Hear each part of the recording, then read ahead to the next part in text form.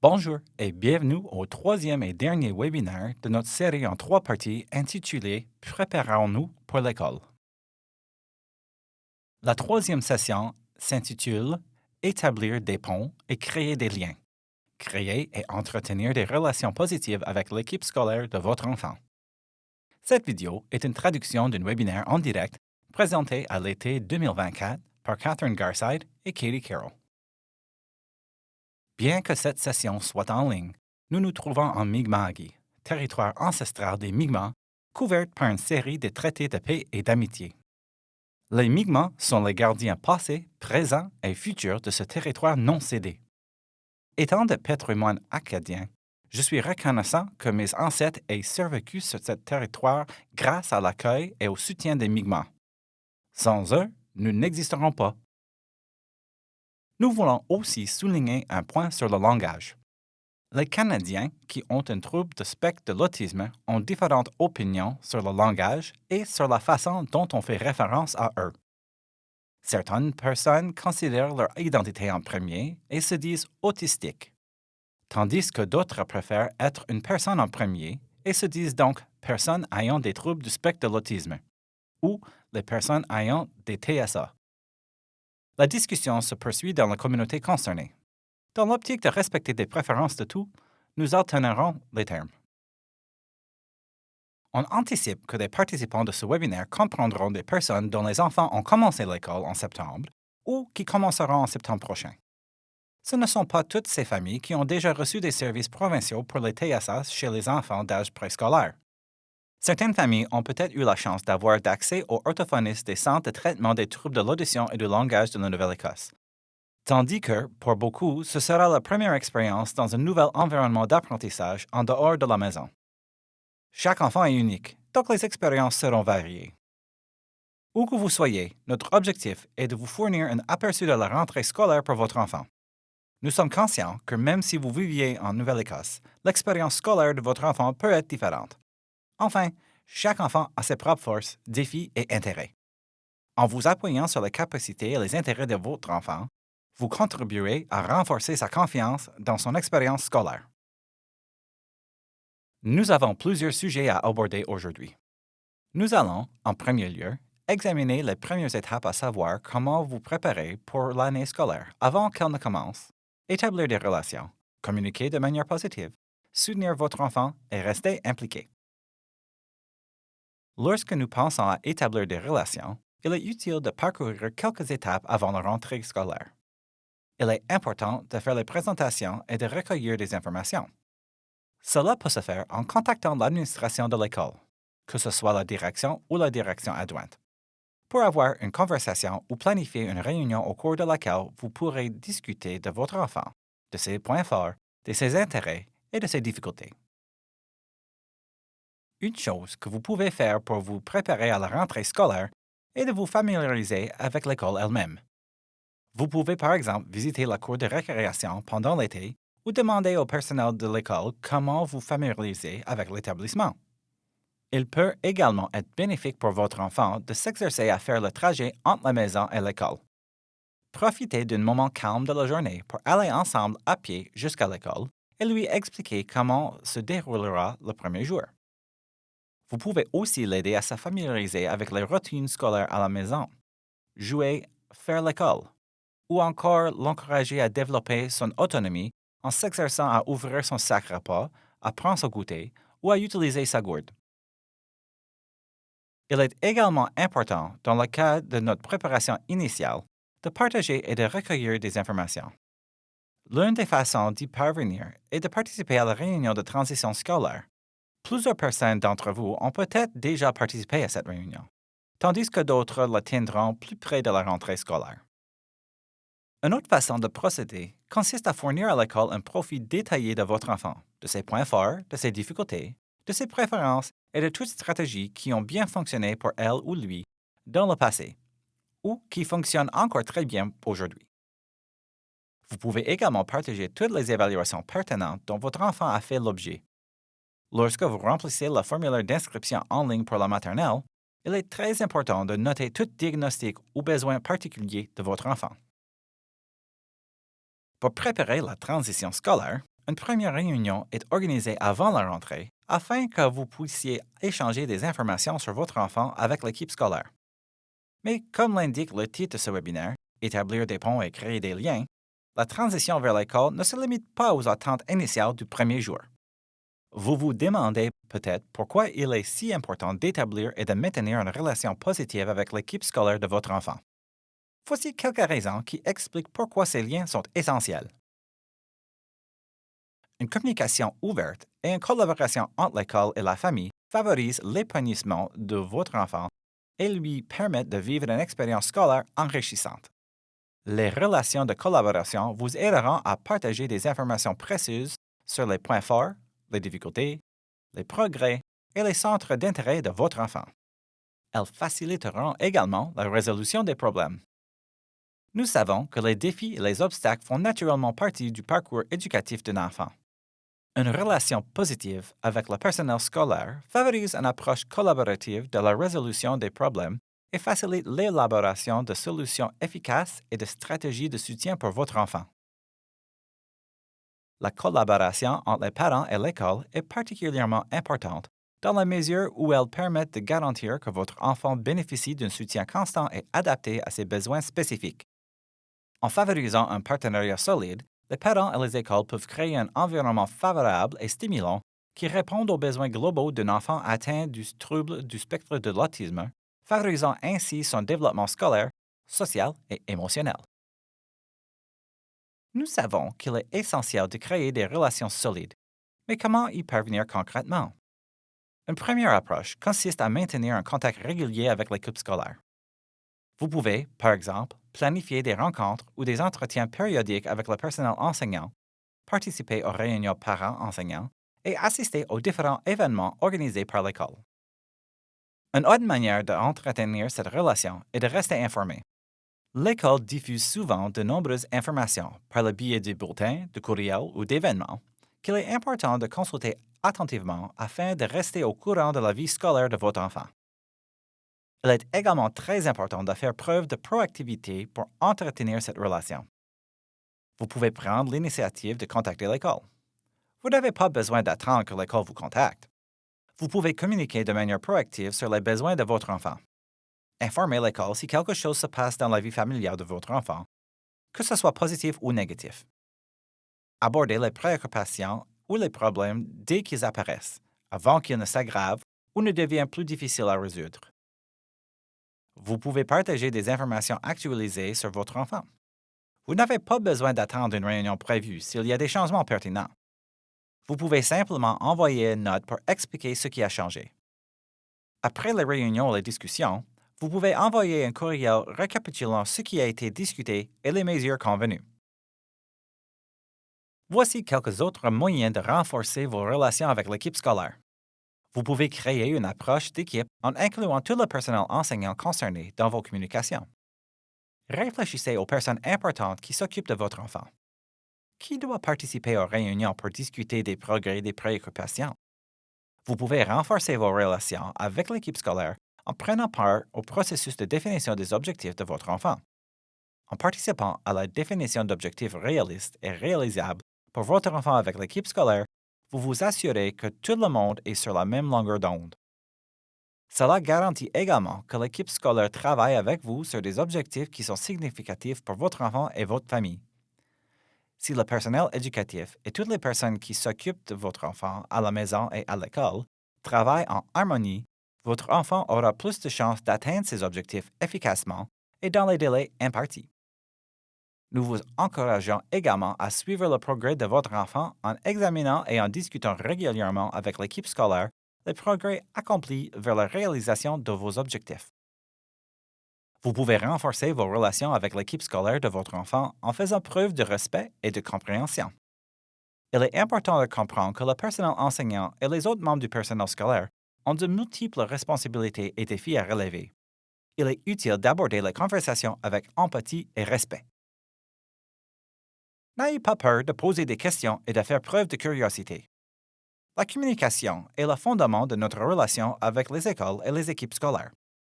Cela dit, il est très important que vous vous sentiez à l'aise pour faire part de vos propres besoins en matière de communication à l'école. Il est essentiel que vous vous sentiez à l'aise dans votre communication. Vous pouvez, par exemple, vous renseigner sur les services d'interprétation ou sur d'autres moyens qui pourraient faciliter votre communication. Nous savons qu'une communication efficace renforce les relations. Une communication solide contribuera à établir des liens plus forts et à instaurer la confiance, en plus de favoriser la compréhension et permettre à tout le monde d'être sur la même longueur d'onde.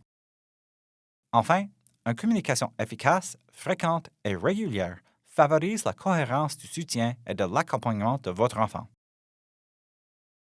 Maintenant que nous comprenons l'importance de la communication, comment pouvons-nous améliorer nos compétences en la matière? Quand il s'agit de communiquer avec l'équipe scolaire, il existe des gestes simples que vous pouvez mettre en place dès maintenant. La première étape consiste à vérifier que vos coordonnées sont à jour. Si vous avez déménagé ou changé le numéro de téléphone ou d'adresse courriel, assurez-vous que l'école dispose de bonnes informations pour pouvoir vous joindre. Lorsque vous avez l'occasion de vous entretenir avec le personnel enseignant ou un membre de l'équipe scolaire, préparez-vous à l'avance. Rassemblez des informations importantes et notez les sujets ou les questions que vous souhaitez aborder. Cela vous aidera à tirer le meilleur parti de la rencontre. Les écoles apprécient de recevoir des informations de la part des familles au sujet de leur enfant, car vous êtes les personnes qui connaissent le mieux votre enfant. Soutenir votre enfant, c'est aussi faire connaître ses forces, ses centres d'intérêt et les défis qu'il ou elle peut rencontrer. Prenez un moment pour réfléchir à ce qui pourrait l'aider à s'épanouir et à mieux réussir à l'école. Votre enfant a-t-il ou elle certains outils pour exprimer ses besoins ou ses envies à la maison? A-t-il ou elle des jeux, jouets ou activités préférées? Qu'est-ce qui l'épaisse lorsque contrarié? Bien entendu, l'école s'assurera la communication générale à l'échelle de l'établissement ou de la classe, mais vous voudrez peut-être savoir précisément comment cette communication se fera pour votre enfant. Vous vous demandez probablement si vous recevrez des informations de l'école concernant votre enfant. Il est utile de déterminer qui est la personne à contacter pour votre enfant à l'école. Pour la plupart des enfants, il s'agira de l'enseignant de la classe de la maternelle. Renseignez-vous également sur le mode de communication préféré de l'école et du personnel enseignant. Déterminez le mode de communication que vous utiliserez pour échanger avec eux. Il peut s'agir d'un cahier de correspondance que votre enfant emporte dans son cartable entre l'école et la maison, ou peut-être d'un message texte ou d'un courriel. Certaines classes disposent également aujourd'hui d'applications qui permettent de partager des informations, des photos ou des mises à jour via une application que vous pouvez télécharger sur votre téléphone. En fonction des besoins de votre enfant, vous pouvez également demander les numéros de téléphone de la personne de contact et tenir un journal de communication. Tout dépend de votre enfant, de l'équipe scolaire et de ce que vous convient le mieux. Nous vous encourageons de discuter avec l'équipe scolaire afin de déterminer la meilleure façon de procéder. Autre élément à prendre en considération. À quelle fréquence est-ce que je souhaite recevoir des informations? Est-ce faisable pour mon équipe scolaire? Une communication ouverte avec votre enseignant afin de déterminer comment et quand vous communiquerez est essentielle pour établir des liens et créer des connexions. Voici quelques conseils pour une communication positive. Il est important de faire preuve de respect et d'ouverture d'esprit. Abordez les discussions avec un état d'esprit positif et collaboratif. Il est important de se sentir à l'aise pour donner des commentaires constructifs. En cas de problème, abordez-le de manière respectueuse et constructive, en vous concernant sur la recherche d'une solution commune au lieu de vous rejeter mutuellement la responsabilité. N'hésitez pas à proposer des idées, des alternatives et des solutions possibles. Vous connaissez votre enfant mieux que quiconque et jouez un rôle essentiel dans son éducation et dans la prise de décision lorsque des problèmes doivent être résolus. N'oubliez pas de montrer votre gratitude lorsque quelque chose se passe bien ou que vous observez des progrès. Les enseignants apprécient de savoir que ces réussites comptent pour vous. Nous vous encourageons également à faire preuve de curiosité pour comprendre les raisons derrière certaines décisions, surtout lorsque les approches adoptées diffèrent de ce que vous auriez pu choisir. Enfin, prenez le temps de communiquer et n'hésitez pas à relancer si vous n'avez pas obtenu de réponse.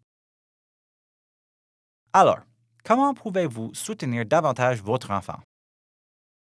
Vous avez probablement déjà entendu parler de la défense des intérêts, mais qu'entend-on par cela?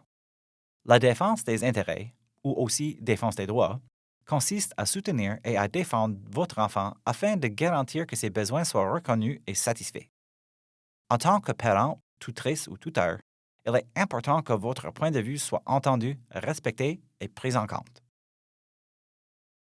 La défense des intérêts est importante pour maximiser l'apprentissage et la réussite de votre enfant. Plus important encore, il s'agit de partager vos opinions et préoccupations au nom de votre enfant, car celles-ci ne sont peut-être pas toujours évidentes. Par exemple, l'équipe scolaire peut ne pas savoir que vous n'êtes pas satisfait du progrès de votre enfant. Si vous ne le mentionnez pas, elle ne s'en rendra probablement pas compte. La défense des intérêts peut prendre différentes formes. Il peut s'agir d'envoyer une vidéo présentant une idée utile, d'un commentaire positif et précis à l'intention d'un enseignant particulier pour ses efforts avec votre enfant. La défense des intérêts ne doit pas nécessairement être agressive. Il est possible de maintenir fermeté et clarté sans compromettre la collaboration et l'efficacité. Vous pouvez également apprendre à votre enfant à défendre ses propres intérêts. Cela variera en fonction de votre enfant, de son âge et de ses capacités, mais lui apprendre à s'affirmer est une compétence importante. Un excellent moyen d'y parvenir est de lui apprendre à faire des choix, à sélectionner parmi une variété d'activités, que ce soit en pointant du doigt, en s'exprimant verbalement ou en trouvant des choses à faire de façon autonome. Faire des choix est une compétence très utile à développer avec votre enfant pour l'aider à s'affirmer. Vous pouvez également lui apprendre à s'exprimer de manière assertive. Il est très important qu'il ou elle soit capable de dire non merci ou de demander de l'aide et de s'affirmer verbalement, ou à l'aide d'un moyen de communication alternative et amélioré, comme un tableau d'échange d'images ou un appareil de synthèse vocale. En apprenant à votre enfant à communiquer ses désirs et ses besoins, vous l'aiderez à s'affirmer et à s'exprimer. Quels sont les autres moyens de soutenir votre enfant? L'un d'entre eux consiste à renforcer l'apprentissage à la maison. Vous pouvez aider votre enfant à développer ses compétences à la maison grâce à la pratique et à la répétition. Donnez-lui des commentaires positifs et précis lorsqu'il fait bien les choses et lorsqu'il fait ce que vous souhaitez qu'il fasse davantage. Vous pouvez également encourager son indépendance. Continuez à identifier les compétences que votre enfant doit développer afin d'accroître son indépendance lors des activités quotidiennes et scolaires. Vous pouvez collaborer avec l'école pour développer ses compétences. Une autre façon de soutenir votre enfant est de faire connaissance avec d'autres familles. Il peut être utile de discuter de temps en temps avec d'autres familles pour savoir comment elles collaborent avec le personnel scolaire ou quel type de soutien elles utilisent. Il peut être utile pour votre enfant de nouer des relations avec d'autres enfants de son école en dehors des heures de salle de classe. Nous avons mentionné quelques idées sur la manière dont la communication et l'établissement des relations peuvent vous aider à rester en contact avec l'équipe scolaire de votre enfant tout au long de l'année. Mais vous avez peut-être d'autres idées. Vous pouvez mettre la vidéo en pause et prendre un moment pour réfléchir aux questions qui s'afficheront à l'écran. Quelles questions pourraient me permettre d'amorcer la conversation et de maintenir le contact tout au long de l'année? Nous avons quelques exemples de sujets de conversation à vous proposer. Vous pouvez mettre la vidéo en pause de nouveau pour en noter quelques-uns ou réfléchir à vos propres questions. N'oubliez pas que votre expérience d'engagement variera d'un membre du personnel enseignant à l'autre et d'une année à l'autre, au fur et à mesure que votre enfant progressera dans son parcours scolaire. Votre expérience sera également différente au fil des ans. Établissez une relation solide basée sur une communication ouverte qui fonctionne pour vous et pour l'école et qui vous aidera à maintenir cet engagement. Enfin, pour conclure, nous aimerions souligner que l'établissement d'une bonne relation avec l'équipe scolaire de votre enfant nécessite des efforts, une communication et une collaboration continue. En vous impliquant activement et en apportant votre soutien, vous pouvez créer un environnement positif qui améliore l'expérience éducative de votre enfant. Je souhaite remercier Katie Carroll et Catherine Garside des services provinciaux pour les troubles du spectre de l'autisme chez les enfants d'âge préscolaire pour nous avoir invités à cette série de webinaires. Nous avons vraiment aimé cette possibilité de contribuer et de discuter de la transition à l'école. Merci infiniment de vous être rejoints à nous aujourd'hui et bonne continuation.